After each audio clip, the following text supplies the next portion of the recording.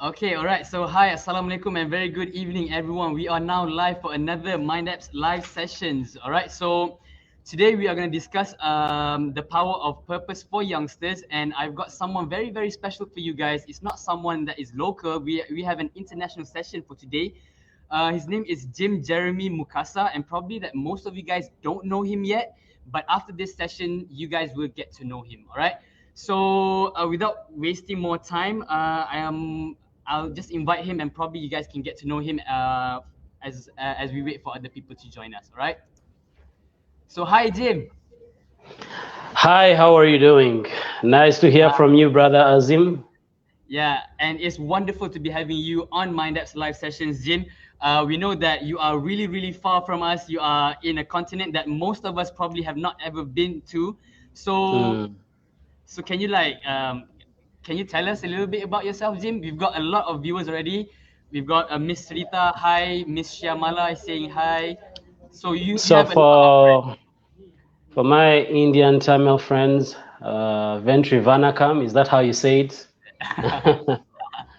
Mm? So it's nice to meet all of you. I can't speak all the languages, but I was in Malaysia. Beautiful, beautiful country. Asian people are very hospitable people. I made a lot of friends. Actually, I can comfortably call Malaysia my second home because I spent about 6 years over there. I love wow. the food. I love the people. Of course, there are some challenges, but we don't talk about the challenges. We talk about the great experiences we had because they surpass some of the small challenges that I went through. All right. So it feels good, of course, to be in Africa and the power of technology. You can be able to connect with somebody in Malaysia right now at the comfort of their workplace, and me, I'm at the comfort of my home, and we're actually able to go live, discuss issues that are going to empower people globally. It feels good. So, hi everybody. I don't know if I should introduce myself yet. All right. So Jim, Miss Usha says yes. Vetri Vanakkam to you too, Jim. And then we've Oh, got we've got Mr. Zuraidi. Hi, Jim, Jeremy, and hi, Azim. Okay, so hi guys. If you guys do not know, Jim has actually been one of our merchants for as long as I have been working here. So Jim and me, we are actually on the same level with Mindex over here. So what is more amazing about Jim is that he's a student. He was a student when he was also a merchant, and he is a trainer and speaker, and he is like so many more things, right, Jim? I I can't explain to you definitely. guys. I Mm. Okay, Jim, it's terrific to have you with us. All right, so can you like give us a background story of how and why Malaysia? Because of course there are a lot of other countries in the world. So what made you actually choose Malaysia to come and then come and meet us, lah? All right. First of all, I'll just introduce myself a little bit, then we go right into that. I'm a 25-year-old entrepreneur. Okay, a guy that is people call me a millennial business coach, a life and mindset coach. I'm a public speaker, a professional salesman, as well as the author of the book that Azim was doing a review about 2 days ago called The Journey of Purpose. Okay, so how did I end up coming to Malaysia? It's actually funny, but because I wanted an opportunity to get exposed. So of course I did Cambridge in my O levels, which you can actually call higher education in Malaysia. I don't know if that is SPM or something like that. And Yeah. I ended up looking for a place, and Malaysia came up. Why Malaysia? First of all, Malaysia has the same climate as my country. We're both on the equator, although we are about 7,000 miles apart, but we Yeah. are both on the equator. Okay, we don't have snow, we don't have what. The only difference is maybe Malaysia is a little more humid than my country is. Secondly, it was cheaper compared to the other options out there, maybe Australia, Canada, UK. It was cheaper, but Uh, then also I felt it was more practical compared. I was looking for a place where things are a bit more practical compared to a place where things are more theoretical. Okay, oh, I and see. then of course I didn't know that you can't work as a student. Okay, so I just found out when I came there and I actually needed money. Just like my parents were giving me money, but I felt like it was not enough because you as a Yeah. student, you have things that you cannot tell your parents about that you need or you want to do. So I believe that's also how I little by little jumped into entrepreneurship, trying to look for opportunities the right way, the right way. All Yeah. right. So that is actually very inspiring in a way, because me as a Malaysian, I don't see like youngsters like you. All right. So guys, if you guys didn't get Jim's age, he's only 25 years old. All right. So 25 years old in Malaysia, Jim, they would probably be students doing their degree, and probably they won't actually be thinking of making their own money yet. Right. So it is kind of alarming a little bit, because the youth in this world, they are not thinking on the same page yet, right? So Mm. so Jim, being so young, wait, before I continue with the questions, we have like a lot of people saying hi to us. Muhammad Usaini, hi Jim, hi Azim, hi and Jim, and someone, I read a comment, someone, see, hi Jim, that's a nice portrait you got there behind you. Someone is even actually seeing the portrait behind you. Mm. Thank you so much. Thank you so much. So is that a portrait of yourself? Yeah, one of the people that I actually is in my mentorship program sent it to me as a gift for my birthday this year. They're in Dubai, so they sent it to me Wow. as a Okay. gift. That's terrific. Mm. Okay, all right, Jim. So what made you decide to become an entrepreneur at a young age? Because most young people would actually be focused on their studies, or probably be focused on something else, something enjoyable. But you decided to focus on entrepreneurship. So how did you get to know about entrepreneurship and mind apps when you were in Malaysia? Okay, I'll start by, of course, I grew up with two backgrounds. I grew up when my father he was into the job market. He went up the corporate ladder, but understood that he could actually not actually really become rich, get time freedom to do the things he wanted to do when he wanted to do with who he wanted to do. Okay, then when he made the transition, of course, we started experiencing a little different lifestyle from the normal lifestyle, but him and my mother separated. My story is actually in the journey of purpose. They never really got married. So I had my father where we could actually enjoy some of the fine things of life. And then my mother, she was actually really struggling to make ends meet, literally. If you read the book, you could. Yeah. So it's not enough for me to stay with my father and my father can be able to give me this, but I love my mother as much as I love my father. So it hurt me so much that I was able to get these things from this side of my father, and on my mother's side she was not able to get this. So I would be traveling out of the country, I would be eating, I would be going in fancy restaurants, maybe doing some shopping, and she wasn't getting this. So my strong reason came from my mother, and I decided that whatever I wanted to do was for my mother. And secondly, I grew up seeing my father as a businessman. We're in the hotel industry, maybe in farming, in real estate. So I grew up with him in the same house, and growing up with him, I was actually in a business course 24 hours a day. We was always talking about business. So it kind of brought something out of me, and I was seeing this. You know, kids tend to go more for what their parent is. So if they Yeah. grow up with a parent that is career oriented, the parent is going to communicate career, career, career. So I grew Yeah. up most of the time with my father, and he was always speaking business, business, business. And I was also seeing the benefits that were actually coming from entrepreneurship. And I said, you know what? Let's get it. But then coming to Malaysia solidified it, because when I came to Malaysia, I realized I can't work because I have my siblings in Canada, in UK, in Australia, and they are all working part-time jobs. They have working permits. So I came to Malaysia. I'm like, oh, everybody else, my siblings are working. I can't work. What am I going to do? I had a choice. You either do something illegal underground the wrong way, or you actually go and do something the right way. So, of course, I Yeah. started my first business. I was actually selling shawarma, but I didn't know anything. And the business failed actually after 1 month. But I got a Malaysian, because they told me you need to have a business partner who is Malaysian. I got a Malaysian, put him at the forefront. Good guy, but he saw that I didn't understand a lot of things, Malay and what. He took advantage. He kept Oh, asking for money and money. He's not a bad guy, but it's my problem. That was my introduction to the business world, learning how to make deals. I didn't know that. I just thought I start the business, then boom. So after 1 month, the business failed. So I kept looking, what is it that I can do? Then slowly by slowly, I met a French lady who actually told me about the Mind Apps opportunity in 2016. I came through to have a look at it, and life has been different since then. We probably wouldn't be on this conversation. Yeah, probably.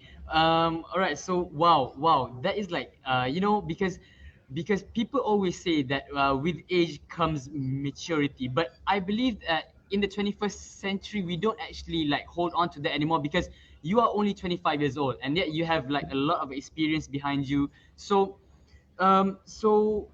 what is different between teenagers nowadays and teenagers let's say 10 or 20 years ago? Mm. Okay, the difference right now is exposure. Okay, like a person may come from a family richer than me, but they didn't leave Uganda, and I left Uganda, but I got that exposure. And I understood particularly that I came for a mission to Malaysia, because there are also very many of my friends that came to Malaysia. They got into drugs, they got into trouble, and they just literally wasted the 3 to 4 years that they had in Malaysia. Right. So I understood that I came to get exposed. All the ideas that I saw in Malaysia, I came back to my country and I'm able to, like right now, we're able to be on this live and I'm bringing the e-learning concept of mind apps to my Yeah. people in Africa, and they're actually able to benefit that. Okay, so that was the difference maker for me. So first of all, we also have to understand the problem that we have is teenagers these days, they're actually very entitled. They have grown up in the technology world. When we grew up, you probably get a phone when you are about 14 years old or Yeah. 15 years old. Now kids these days at the age of 2 years, they have an iPad. They are Yeah. learning online. Right? Okay, they are not learning the way we used to learn. All right, so things have changed. So when things change, it means kids are developing faster than before. Mm. Because I grew up reading Jack and the Beanstalk. You had to read books and Yeah. books and books. Okay, but now the parent can do whatever they want to do. They go, they're also working from home, like how you're working there. They put on the TV for the child and they put on maybe some numbers or something, and the child starts learning. So that actually enhances the mental development and the mind develops faster. And that's the difference between then.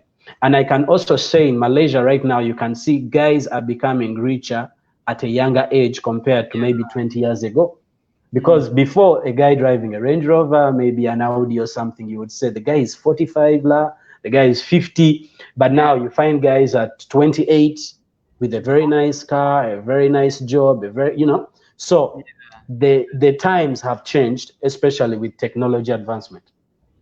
Yeah, we we have to agree here at Mindex because kids nowadays they are getting smarter in a more quicker way, right? Okay. Mm. Before we go on, let's say hi to our viewers. Hi guys, to all of you that just joined us today. We are talking about the power of youth in the globalization era. With me, I have Mr. Jim Jeremy. All right, and he's from Uganda. And hi everyone that just joined in. Hi Miss Khadija. Hi Mr. Sivalingam. Hi, Miss Kalai, and we have Miss Usha, Mr. Vijayan. All right. So I am glad that you guys actually joined in our live session. So we are talking about youth, right? So Jim, um, just because we have the time right now, so do you like want to like give people an introduction to your product on Mindex? I know it's not a new product, but then I'm sure that Mm. a lot of people have missed out on it before, right? Because I just Mm. read it a few weeks ago and I feel that it's something very good. So do you want to like pluck out some really good points from your book? Okay, first of all, the book is called The Journey of Purpose. Okay, and of course, the most important thing in life is purpose. Okay, purpose is more like, why do you wake up in the morning? Why did you wake up today? Okay, because without it, let's say you wake up in the morning. For those in Malaysia, you want to drive from KL to Melaka, you need to have a proper plan. Otherwise, if you don't come or you don't have a plan to go to Melaka, you just get into your car to drive, you may end up in Singapore, you may end up in Thailand. So Yeah. purpose actually gives you a sense of direction. Purpose actually also helps you to discipline you to separate who are the friends that you need to travel this course of life with, what habits do you need to involve yourself in. If you have purpose, if you were smoking before, or maybe drugs and what, you understand that with the way I want to live my life, there are some habits I have to cut off right now. Okay, so I say all this to let you know that this book, Okay, is very important because it's just a 52-page book, but I actually compress a lot of information Yeah. in this book. And most people actually, they hear purpose, purpose, purpose, but they also don't know how to find their purpose. So I actually also share with you in this book on how you can find your purpose. I share with you how you can expand your vision, the discipline of vision. I share with you a few principles of success in this book. And then for students, it's a very good book because I wrote this book while I was a student. So I wrote it from the mindset of a student because I wanted it also touch students, because I don't believe that we need to develop after 25 or we need to develop after we go through university. I feel if I am privileged enough to get this information at a younger age, it can get me to where I need to be faster, Yeah. faster. True. Okay. And the goal is to get there faster. Yeah. So Because the journey of purpose is definitely a must read, because for the value that I'm giving in this book, I actually charge it $15 here commercially outside, but in Mind Apps I'm charging it about maybe $2.50, which is yeah. about 10 ringgit. Very, very cheap. Yeah. Okay, so and to all the viewers, if you guys have still not read The Journey of Purpose, as a reader myself, I would suggest you guys to actually go and read it, right? Because it actually gives purpose to your life. It makes you actually think about your life, right? So Miss Usha says that Malacca is a hometown gym, all right? So it's funny that you mentioned Malacca gym because have you been to Malacca before? Melaka was always my getaway place. That was the first place, Port Dixon and Melaka. I'd have to choose between one of those two, though. Sorry to say, Port Dixon beaches were not all that clean. So I needed to drive maybe a little extra to go to Melaka. So anytime I felt like maybe school was hard, business was dragging a little bit, I'd Oh. always go to Melaka. I went there more than 10 times. Probably when the next time you come to Malaysia, we can go to Pulau Perhentian. It's a more beautiful beach lah. That is actually the only place I didn't go, but every other place, Langkawi, Panko, even Tuma Island, Singapore, all those other places down. Just the upper side that I didn't go to. Oh, okay. So that's a shame. Never mind. When we have the chance, all right. So Sure Jim, thing. um, I saw online that you are now more into being a trainer, becoming a mastermind motivational speaker. So I see the duration of the gap between the products. So are you in the process of writing something new, or are you just focusing more on just like giving talks for now? Of course, the game has changed. The game has changed. Okay. So me putting myself out there more as a speaker doesn't necessarily mean I'm positioning myself as a speaker. But what people need to understand is money follows attention. Money follows attention. It can be the right attention, it can be the wrong attention. The question is, how much attention can you get? Okay, the more you're out there is the more the people are talking about you, and the more people are talking about you is the more they actually start to come your direction, and you can actually maybe get them to jump on your product, get them to jump on your programs, or get them to do a partnership with you, like the opportunity that we have. So I am actually also writing a new book, though right now I'm positioned more in sales, in becoming a sales professional. And the new book is actually going to be helping salespeople, especially millennials, on how to sell, which we are doing every day in our lives. Because even the guy that wants to marry, he needs to sell the girl of his dreams, why he's the right one out of the many to get married to. We are selling each and every single day. So I just want to help people learn how to sell. So my next book is going to be on sales. All right, perfect then. So, all right, so for all the viewers, stay tuned for Jim's next book. All right. So, Jim, I see that you are quite popular with our viewers, like Jim. Um, uh, Raja says, "Hi, Jim. It's good to see you here." And Hi, Rajan. and Mr. Fauzan says, "Hello to you." All right. So, guys, who have just joined us, we are talking about students. We are talking about youth. All right. So, what power do they have now? All right. So, Jim, how do you feel about the outlook of youngsters who this is just a question from my own opinion lah. I'm not like saying that saying it in a general kind of way, but what do you feel about the outlook of youngsters who see social media as the only way for a better life and future? Because in Malaysia, been like kind of like a trend to become an Instagram famous, to become a Mm. famous. So what are your views on these kind of youth? Can they channel it into something positive, or how? Okay, the problem we have is we have to understand that we are in a very entitled generation. We are in an entitled generation, we are in a lazy generation. That's the fact. Yeah. The generations before us, they had to work it out. Imagine right now we're able to jump on this interview. What would it take for me and you to jump on this interview? I'll probably have to take a flight to Malaysia to do this. But people have now used technology as an excuse for laziness. So where they used to have to work hard, technology has become something they hide behind. People are much more comfortable to talk trash, to do whatever they want to do behind social media than they would do it in their physical life. Okay. Then secondly, why the younger generation feels like social media is their thing. First of all, everybody that you see on Instagram looks successful and rich. You're seeing fast cars, you're seeing fancy Chanel bags, Gucci perfumes, and all this. So, this idea of wanting to look rich rather than actually be rich has actually eaten up 99% of our generation. And everybody doesn't even want to be rich anymore. They just want to look rich. I believe most of your friends, most of the young kids that you see, teenagers, they have phones that are very unbelievable. They are not even earning any money, but they have very expensive phones, very expensive laptops, want expensive cars, want expensive everything. So that is the kind of generation that we are actually in. Now, the question you asked is, can they have a better life with social media? I believe everything has advantages and disadvantages, depends on how you use it. Some people can come to social media and they use social media. People are using social media to scam people, steal money from people, impersonate people, and do all those kind of things. You can choose to use social media for the right thing.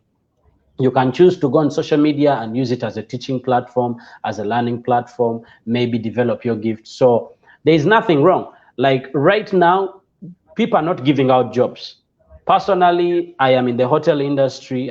We have a hotel, and I'm not giving anybody a job. I actually had to downsize people from the company. So what I'm doing is people who are wise enough, they can leverage off these social media platforms, and they can actually do something.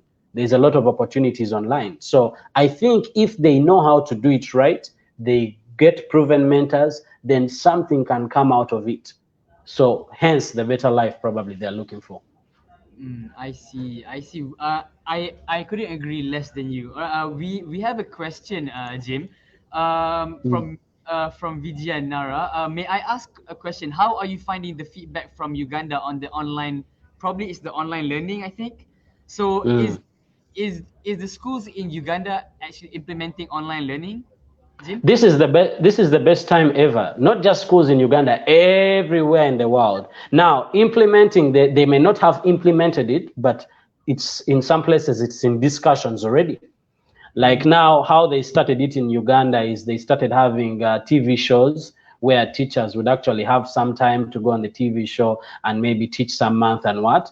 And then for those who are educated, the rich kind of people, they have already put their children inside online learning. They have already put them inside online learning. They are already looking for platforms. So this is a time like never before where Mind Apps is actually the future. We were talking about Mind Apps is the future, is the future, is the future. Now the future is already here. The future is. So this is a time when you don't even have to ask that we have a platform. It's not about do you want or not. It's simply how much. Like you need to use this. There is no other choice out there. This is the only choice. So online learning is actually a trend that is also here in Uganda. Of course, not much as Malaysia. So people are starting to look into it more and more each and every single day because kids have not been to school since almost beginning of the year. True, true. Okay, so I hope that answers your question, Vijayanara. We have Mr. Tinesh Kumar. Hey, Jim, it's great to see you. We have Mrs. Elizabeth. Great content. Thank you for joining in. We have Mr. Arham Anwar. The goal is to be rich, not look rich. Yeah, that was what Jim was stating, that we actually need to be rich instead of looking rich. We have a lot of comments, Jim. We don't usually get like these kind of like comments. Younger generation loves social media. All right. So another question from Miss from Vijay. Do you know him, Jim? Is he a friend? I have a lot of friends. I may not remember. Maybe if I see his face, I'll try to check him out after this. But I can see the question, how is the infrastructure as a whole in the African continent? Well, first of all, just to enlighten people a little bit, it's a bit off topic. We are not going to waste time on it, but just a little enlightenment. Is Africa, most people think Nigeria is, Africa is inside Nigeria. Let's first get that out of the way, okay? Nigeria is a country like Malaysia in Southeast Asia, okay? So Africa has 52 countries in it, okay? I can, of course, people hear so much about the poverty in Africa, but it is because of false advertisement, okay? Because people in Africa actually, when somebody has a Range Rover, they are not renting the Range Rover, they actually bought the Range Rover cash. It has nothing to do with loans and those kind of systems. So the difference here in Africa is you either have a lot or you don't have at all. But the only difference that we enjoy, for me in my country, is in Malaysia, I noticed that with the student loan and all, it takes about 10 years to pay that off. So a student actually starts in negatives, okay? By the time they start working, they start in negatives, meaning they have to pay maybe 100,000 in debt, ringgit in debt. But here in Uganda, if you don't have, of course, you're not given the privileges and the opportunities, which is also not so good. But if you start at zero. Meaning you start at zero, you don't have anything, you have nobody to pay, you just build from there. So infrastructure-wise, buildings and all that, there are a few lags here and there, but if people and the problem we have is dictators and all that, you can read a little bit about Africa. I don't want them to shoot me. No la, Jim. No la, Jim. All right. So this is all education, guys. Please don't come after me or Jim. All right. So. Okay, so I see. Mr. Vijay is from Melbourne, Australia. All right. Oh, beautiful. All right, guys. So keep the comments coming in. If you guys have things to discuss about youth and technology, please just leave a comment. All right. So Jim, we can't actually neglect the importance of technology in education, right? So based on this comment that I'm reading from Vijay, is that he's hearing that many places do not have internet, and of course in Malaysia we are facing similar problems. Students in Sabah, students in Sarawak, they don't have access to internet that is similar to their friends at school. So from your own perspective, how do we actually ensure that all children gain access to technology in order for them to learn and make it a level playing field? Okay, first of all, is I see COVID-19 has been a big opportunity. It caught everybody off guard. Okay, so for some people, it has been the worst period of their life. For some people, like Alibaba, like Amazon, it has been the best 4 months of their life ever. They may not tell you, but I know in their offices, they are willing to pay for the virus to continue. But what I would say is with this season, what has happened is governments have started paying more attention, first of all, to online learning. So online learning has a lot of things like internet connection, or be it Wi-Fi, be it what. So of course, now they have to restructure the budgets in the different countries and start to set aside a budget strictly for e-learning, because that is the future. So e-learning was like an additive then, okay? The technology was like an additive then, but right now it is the new normal. Yeah. It is the new normal, okay? It is the only new normal, okay? Can you believe Zoom was worth maybe about $25 million or $60 million before 4 months ago, if I'm not mistaken? I'm not very sure. Now it is worth about $70 billion in just the last 3 months. Yeah, okay, we never thought, everybody was like, no, we don't need to sit together to do conferencing. We need to be live, see each other, touch and all that. People have now become comfortable doing meetings distant from the comfort of their homes. So it's just that COVID-19 has pushed people, and governments especially, to now set a budget aside specifically for technology advancement, so that when things like this come next time, be it the workforce, be it the business world, be it learning, everything can actually be digitized. True, true. Because of course, we at MindDeps, we don't actually think that it's fair for some children to have easy access to internet, and some students have to actually try very very hard to just get electricity, right? So, since we have already gone into the education questions, so of course, uh, we have no idea about the Ugandan education policy, Jim. So can you just like give us a brief overview of the education policy that is implemented in Uganda? Like I said earlier, the policies. But can you be more specific? By policy, you mean like what? Like the laws? Meaning to say like from what age to what age do you guys go to school, and what subjects Oh, learning, and what are the like because in Malaysia when we are in high school we are actually separated into our own specialization, like sciences and then accounts. arts, So yes. so how's it like It's in actually, you have to understand that most of us were colonized by the British, and your system will tend to be structured around the person that colonized you. So yes what we are studying is not any different from you, especially maybe if we go into geography, where we would have to learn a little about Africa and other parts of the world. But for you, maybe you have to learn more about Asia. So, but it's almost the yeah same. It's not any different. From primary, it's 7 classes. In my country, it's called primary 1 up to primary 7. Then in high school, it's actually 6 classes. Okay, it's actually from senior 1, which is secondary 1, all the way up to secondary 6. Okay, and people, of course, when they go to university after doing secondary 6, they don't have to do foundation. I've noticed that a lot of Malaysian students, when I was in school in multimedia university, most of them were actually doing foundation. So I think the foundation was like the replacement for yeah that extra class. Everybody has to do foundation. in Malaysia it's either you go for your foundation or you go for your diploma. it's either Oh, it's either those two lah. mm, So if you take a mm. foundation, then it'll become a shortcut degree, So for in Malaysia, it's about 5 years of high school, right? something like that.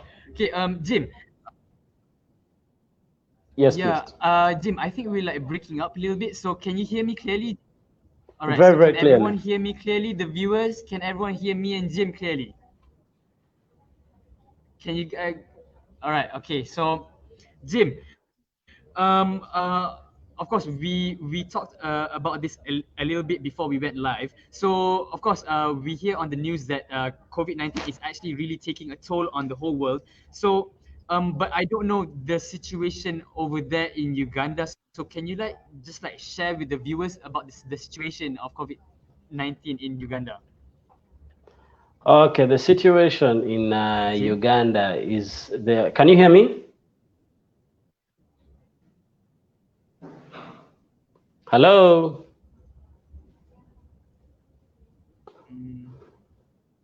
Hello, Jim. Can you? Okay, Okay. I'm here. Hello, Jim. You're stuck. No, no, no. Now I can hear you. Can you hear me? Yeah. Okay. So now I can hear you back.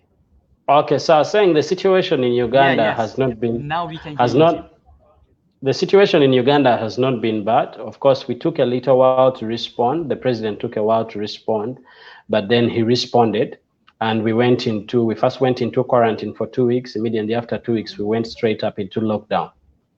Okay, lockdown, you could not move after, is it 7 p.m.? You could actually not leave your home without any reason, could not drive your car unless you're a government official. Okay, so it was a very heavy regulations.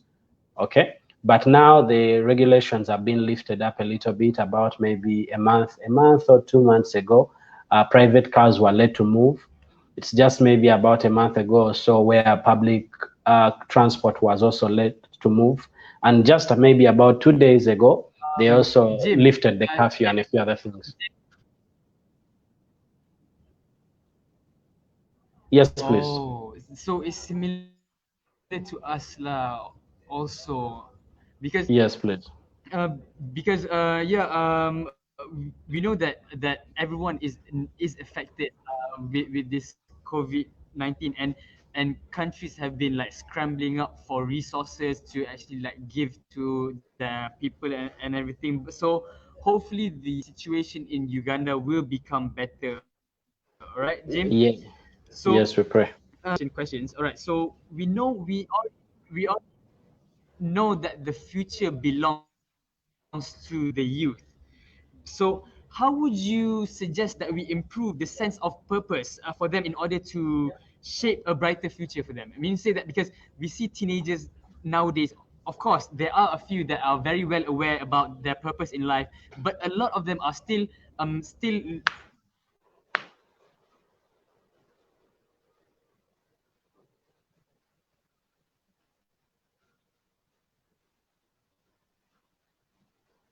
brighter future for them?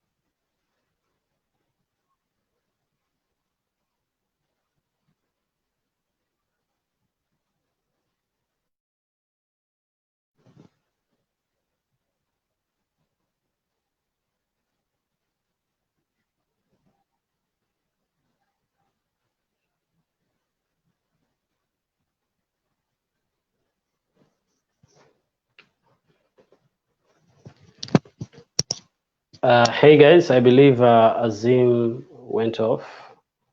We're just waiting to see if he can return.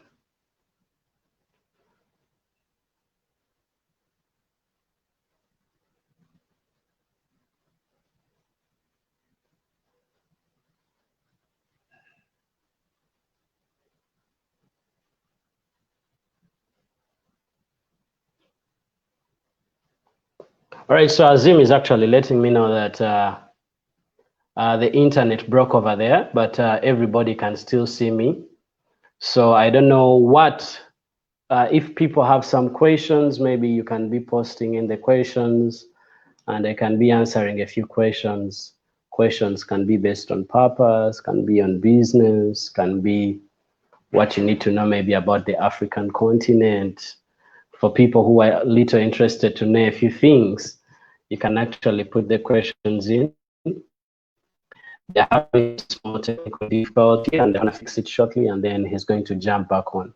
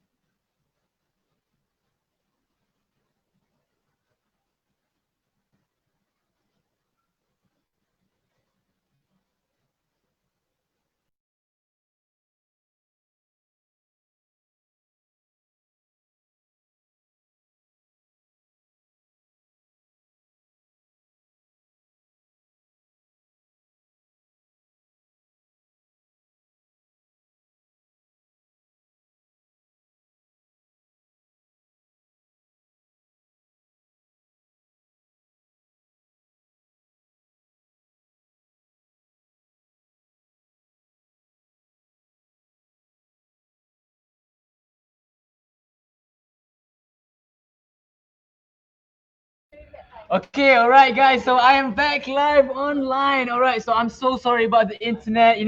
Because nothing is ever perfect in this life, and sometimes things happen, right? So it seems that I've lost Jim, but have I still got you guys? Yeah. All right. Talk some. Okay. All right. So hi. Let me see if I can get Jim back on our live sessions. All right. Jim, just enter the link.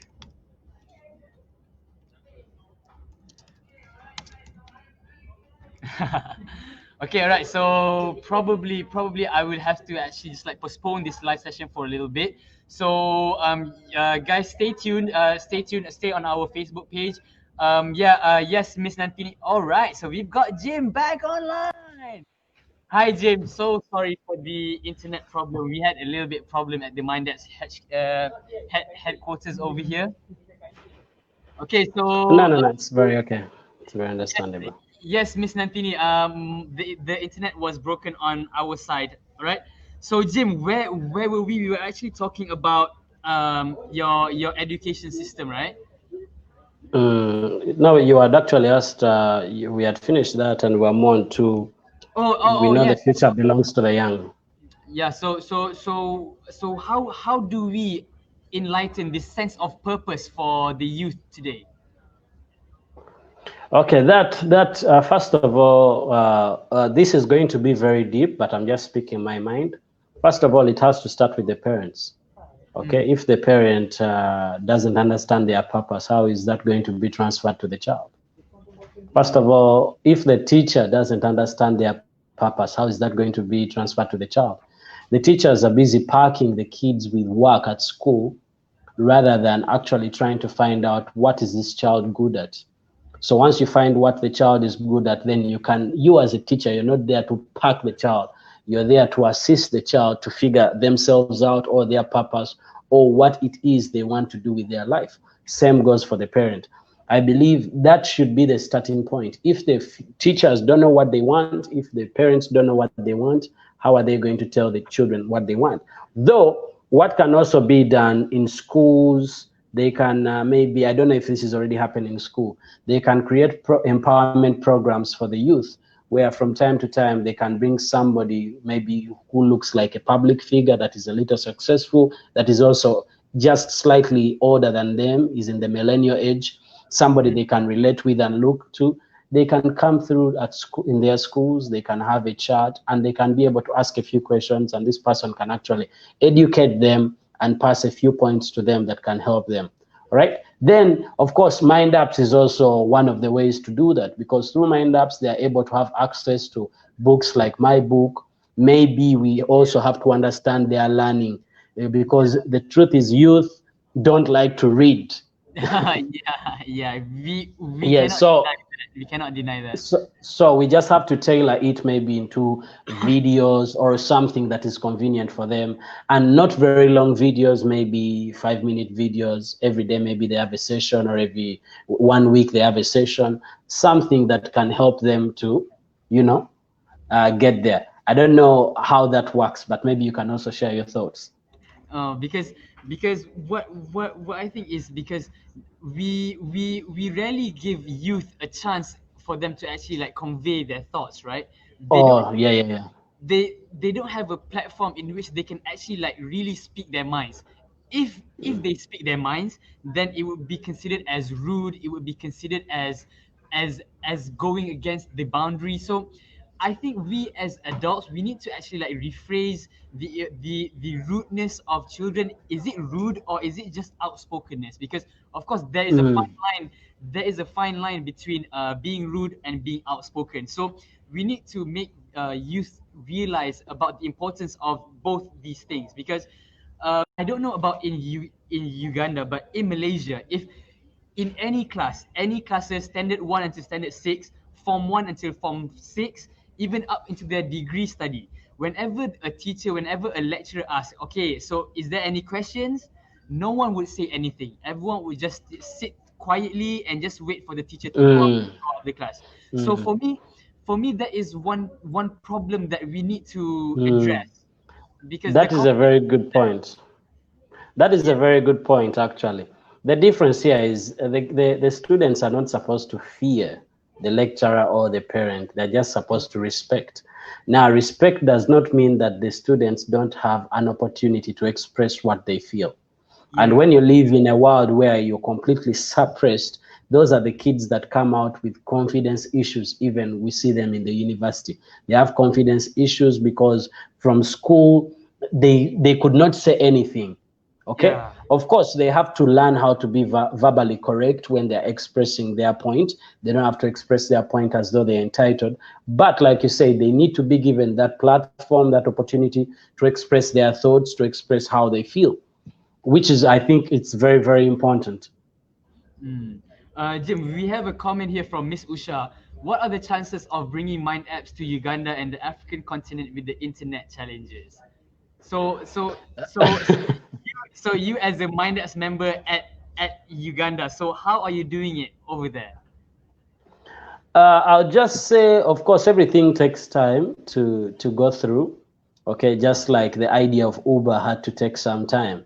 I was in Malaysia when Grab came through, and Grab actually bought out all the Uber rides from Yeah. Southeast Asia, and they said, so it's hard to get degree holders to drive their cars and allow strangers in their cars, but it ended up happening, and it has actually become normal because Yeah. people prefer that to actually the old taxis that we used to Mm. use back in the day. So it's the same thing here. Okay, people always have a problem with something new. Okay, Oh. so when something, especially, I won't say especially here, but all over, even in Malaysia, everywhere, people have a problem with something new. Okay, but right now online is the new trend. Are people picking it up? People have not fully accepted it, but people are giving it attention right now. They're like, okay, what is this online right now? Before you talk to them about online, they'll tell you, don't talk to me about that. But now they're like, you used to talk about online. Tell me a little about it. They may not Oh. be able to pull the trigger immediately, maybe But buy a book or whatever, but they are now paying attention. oh, so they are more curious to know about online learning nowadays. Okay, so that is a positive step, right, Jim? Yes. And then she also added, yeah, student empowerment programs are going on in many schools. Yes, we believe that. But then, what happens after the student goes home with that empowerment program is that matters most, Miss Usha. Right. So entitlement, right? So everyone is saying that we need to give students, we need to give youth a chance to actually prove themselves. Okay, so as we were discussing, Jim, the trend nowadays is that everything is done online, online meetings, online classes, and such. So, do you feel that there is a loss of connection between the human touch there? Because usually we meet people face to face, but now it's like like us, we are like 7,000 miles apart, but now I'm seeing you face to face. So, do you feel that there is a gap in the human touch? Of course, there is that gap in the human touch, but we are going to get to a point whereby this is the new normal. Yeah. This is the new normal. Of course, nothing can replace that physicality of being face to face. Okay, but I can feel your energy 7,000 miles away, Azim. Yeah. So Thanks. it's not going to be any different kind of energy from me being in front of you. The only difference is maybe after the call we would go and lay park. But Oh yeah. minus that, there is nothing that is actually changing. Okay. Of course, there is lost. I won't say there is lost communication. I'll just say that need of human touch, that need of physicality, okay, may be missing for some people. But as time goes on, people are going to adapt, and then they are going to have to go with this because we are not doing this online thing out of our own choice. We are doing it out of necessity. Like we need to Mm, social distance, we need to blah blah, we need to do all those things. So this is the way we have to get it done, and we are going to have to get comfortable doing it this way. wow, that was put in a really beautiful way, Jim. I couldn't have put it better. All right. So Jim, um, this was a long live sessions, and we had some trouble in the middle of it. But we are almost nearing our time limit. So, Jim, do you have any suggestions? Do you have any recommendations that can be voiced out for the future of education for the youth, especially? Okay, particularly it would be more education is good, but there is a difference between formal education and self-education. Okay, mind apps, we bring all types of information to people, we bring knowledge, we bring whatever it is. Okay, so what are we trying to push more? We have been pushing more formal education, I think this is a time to push more of self-education. Self-education, that is the personal development, self-help books, basically students and youths getting what they want to do rather than being pushed. I may be an arts guy and you're pushing me more into sciences and trying to pack me with everything that I don't need. So the education system needs to become a little flexible, whether online or physical, that students can actually focus more on what they need. Because right now, I'm spending time to unlearn everything that I was being taught, because they taught me a lot of things. Yeah, I've never gone to the bank and they ask me what is the cost, turn, sin of what. You just need to bank. Okay, I'm unlearning a lot of things that I was taught. I'm not saying they were useless, but I'm saying we need to focus on things that the child are going to actually help the child, not give them something so huge that the child actually becomes confused. Because the goal of education is that the child comes out when they have figured out what they want.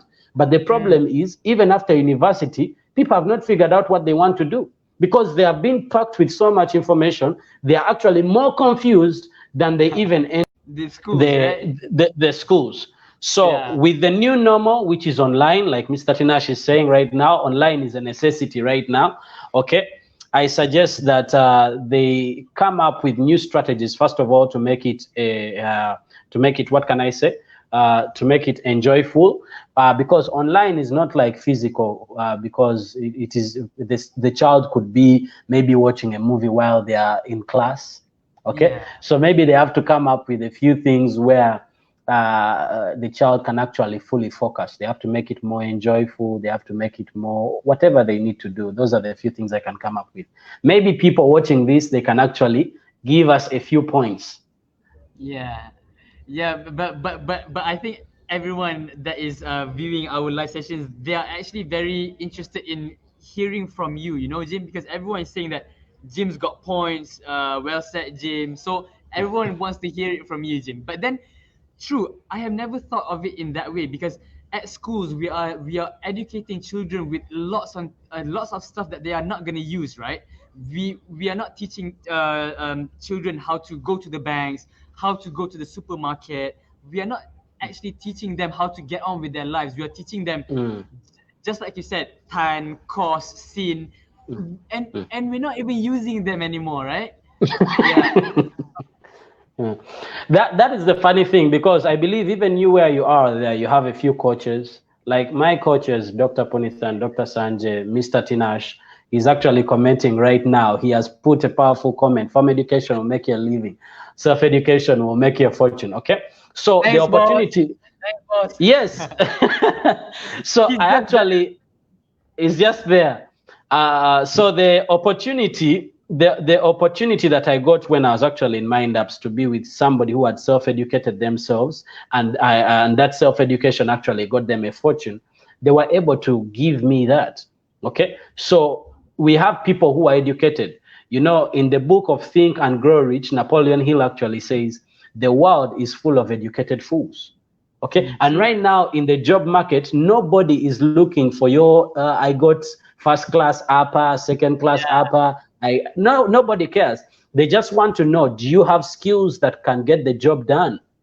It's as simple as that. And the problem is, the students are being programmed to come out as A students instead of coming out as equipped, skilled students. Students can't even present. I was in class with so many of my friends. When presentations came, they were shaking. They couldn't present a single point.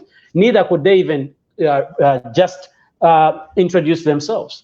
So there has to be a shift, seriously. True. Mrs. Rajas adds that children are more confused in applying what they have studied in exam. They must understand what they are learning. Only then they can interact with teachers. Because we don't actually understand the biology, the physics, and the chemistry. Every week we are learning a new topic. So it is too much for students to handle, right? Right. So that was a very good point, Jim. All right. So and I'm sure that you have a lot more things to say, right? Azim, I've noticed that you're actually a little stressed when talking about biology. Yeah. Because when I was learning, the perception that was thrown on me was that you must be a science student. Only then you will become successful. A So doctor.